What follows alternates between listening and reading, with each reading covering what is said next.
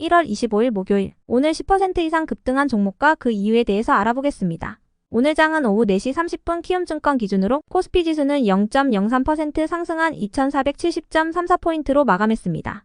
외국인과 기관은 매수로 임한 가운데 개인은 매도로 대응했네요.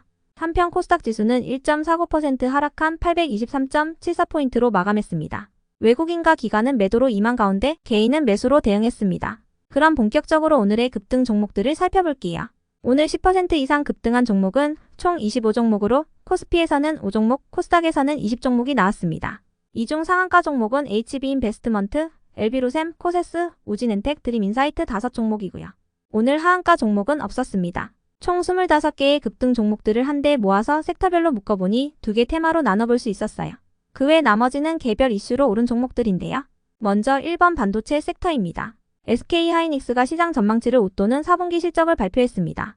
주력 제품 및 HBM과 같은 고성능 제품의 매출이 늘어나면서 적자 행진에서 벗어난 것으로 분석되고 있는데요.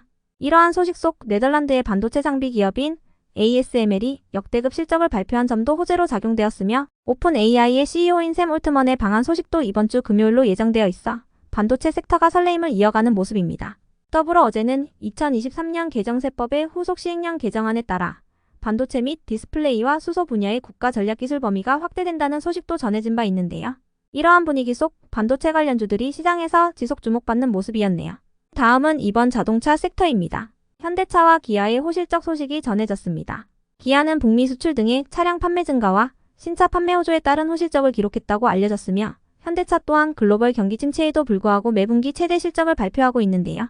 해당 소식에 자동차 대표주들이 상승한 가운데 대동기어와 대유에이텍도 현대 계열사와의 호재를 알리면서 시장에서 함께 주목받은 모습이었네요. 그 외 나머지는 개별 이슈로 오른 종목들인데요. 먼저 HB인베스트먼트는 오늘 코스닥 시장에 신규 상장한 첫날 강세를 보였습니다. HB인베스트먼트는 중소벤처기업에 대한 투자금융을 제공하는 벤처캐피탈 업체이니 참고해주시고요. 이어서 우진엔텍은 코스닥 시장에 신규 상장한 이틀째 강세를 보였는데요. 우진엔텍은 원자력 및 화력발전소 계측 제어 설비 정비 전문 업체로 주요 매출처는 한국수력 원자력과 한국남동발전, 한국서부발전, 한국중부발전 등이 있으니 참고해주세요. 다음으로 드림인사이트는 하이제 6호 스펙과의 스펙 소멸 합병 방식으로 코스닥 시장에 신규 상장한 첫날 상한가로 마감했습니다. 드림인사이트는 광고 대행 업체로 광고 산업 전반을 대행하는 사업을 영위하고 있습니다. 이어서 가온전선은 해외 수출의 확대 등으로 인한 실적 개선 기대감이 지속되면서 강세를 보인 모습이었네요. 다음으로 IT세는 최근 부산 디지털 자산거래소와의 토큰증권 기반거래소 추진 기대감에 강세를 보였던 종목인데요. 오늘은 토큰증권 발행 사업 확대를 위해 말레이시아의 토큰증권 거래소인 그린엑스와 업무 협약을 체결했다는 소식이 전해지면서 강세를 이어가는 모습이었습니다. 이어서 엔테스는 글로벌 디지털 인프라 기업인 에키닉스가 엔비디아의 DGX AI 슈퍼컴퓨팅 인프라를 자체적으로 구축하고 관리할 수 있는 완전 관리형 프라이빗 클라우드 서비스를 발표한 것으로 전해지면서 에키닉스의 파트너사라는 점이 부각되며 강세를 보인 것이라 알려졌고요. 다음으로 KSP는 올해 발주된 암모니아 운반선 수주 전체를 한국의 조선 업체들이 수주했다는 소식이 전해지면서 최근 호실적을 기반으로 강세를 보인 것이라 파악되네요.